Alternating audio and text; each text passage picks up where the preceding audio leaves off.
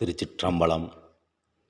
நாம் பார்த்து கொண்டிருக்கக்கூடிய ஆலயமானது திருப்பூர் மாவட்டம் போயம்பாளையம் கிழக்கே சதாசிவ நகரில் எம்பெருமான் ஈசன் சதாசிவநாதராக தவகோலத்தினுடனும் அர்ஜுனனுக்கு காட்சி கொடுத்த கோலமாக வேட்டைக்கு செல்லும் வேடவர் கோலமாக திருவுருவ மேனியாக சதாசிவநாதர் வரக்கூடிய பக்தர்களுக்கெல்லாம் அருள்பாலித்து கொண்டிருக்கின்றார். ஆலயத்தில் எம்பெருமான் ஈசன் முழு உருவ திருமேனியாக எதை நினைத்து எம்பெருமான் ஈசனுக்கு இங்கே வரக்கூடிய பக்தர்களால்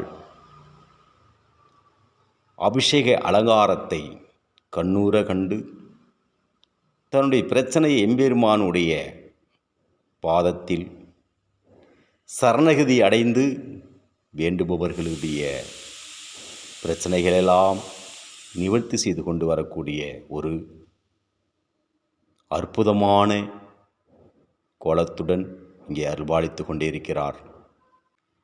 ஈசனை தன்னுடைய முதல் கடவுளாக நம்முடைய இந்திய தேசம் மட்டுமல்லாமல் உலகத்திலுள்ள அத்தனை மக்கள்களும் வழிபாடு செய்திருக்கிறார்கள் என்பதற்கு எண்ணற்ற ஆதாரங்கள் இன்றைக்கு நமக்கு கிடைத்து கொண்டிருக்கின்றது. பல வெளிநாடுகளிலே பூமியை தோண்டுகின்ற பொழுது அங்கே எம்பெருமானுடைய திருமேனியாக ஆவுடையாருடைய உருவத்தை நாம் இன்றைக்கு பார்த்து கொண்டிருக்கின்றோம்.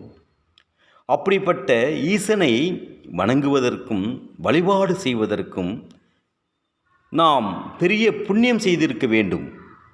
ஏனென்றால் தன்னுடைய பக்தர்களை, தன்னுடைய அடியார்களை, தன்னிடம் சரணகதி அடைந்தவர்களை கட்டாயமாக ஈசன் சோதிப்பார்.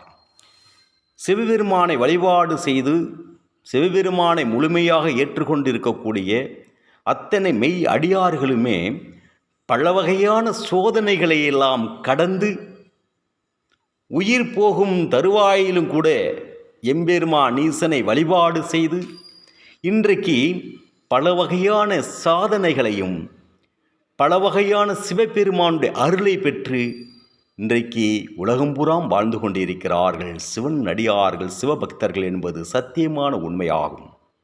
அப்படிப்பட்ட எம்பெருமான் ஈசனுடைய அருள் நமக்கு கிடைக்க வேண்டும் என்று நினைக்கக்கூடிய என் அன்பு சகோதர சகோதரிகள், நாம் ஏற்கனவே சில பதிவுகளை அடியேன் பதிவு செய்திருக்கின்றேன்.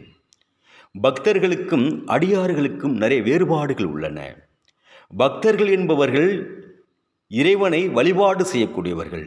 அடியார்கள் என்பவர் இறைவனுக்காகவே தன்னை உடல் பொருள் ஆவி அனைத்தையும் அர்ப்பணித்து வாழக்கூடியவர்கள் அடியார்கள் ஆவார்கள்.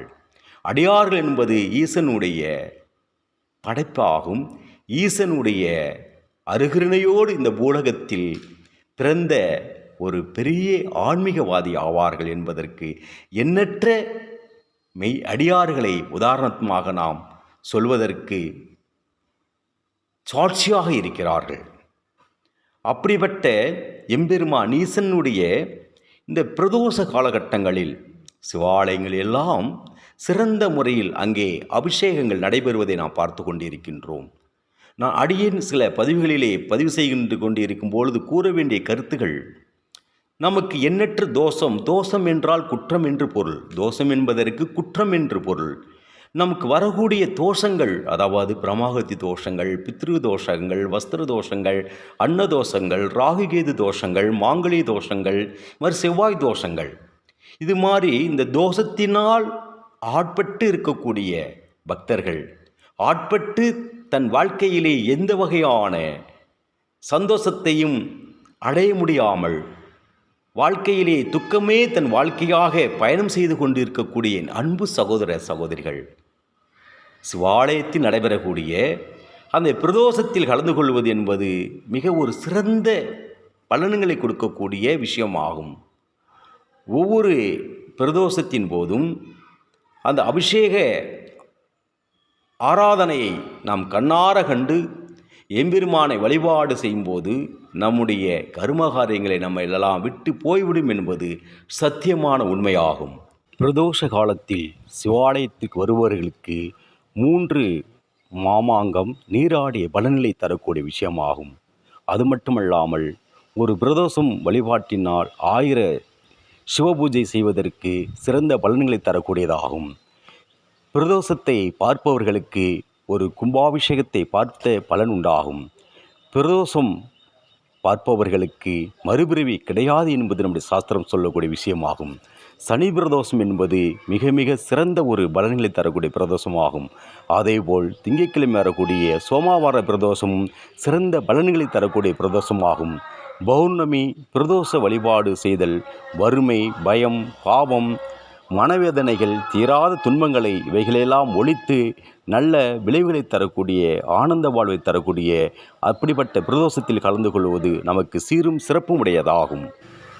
சதாசிவநாதருக்கு அபிஷேகங்கள்லாம் நிறைவடைந்து எம்பெருமானீசன் அலங்கார திருமேனியோடன் பக்தர்களுக்கெல்லாம் அருள்பாலித்து கொண்டிருக்கின்றார். பிரதோஷ காலத்தில் சிவாலயத்திற்கு சென்று நம்முடைய தீராத பிரச்சனையை தீர்த்து கொள்ளுவோம். ஓம் நமோ நமச்சிவாய நமஹா.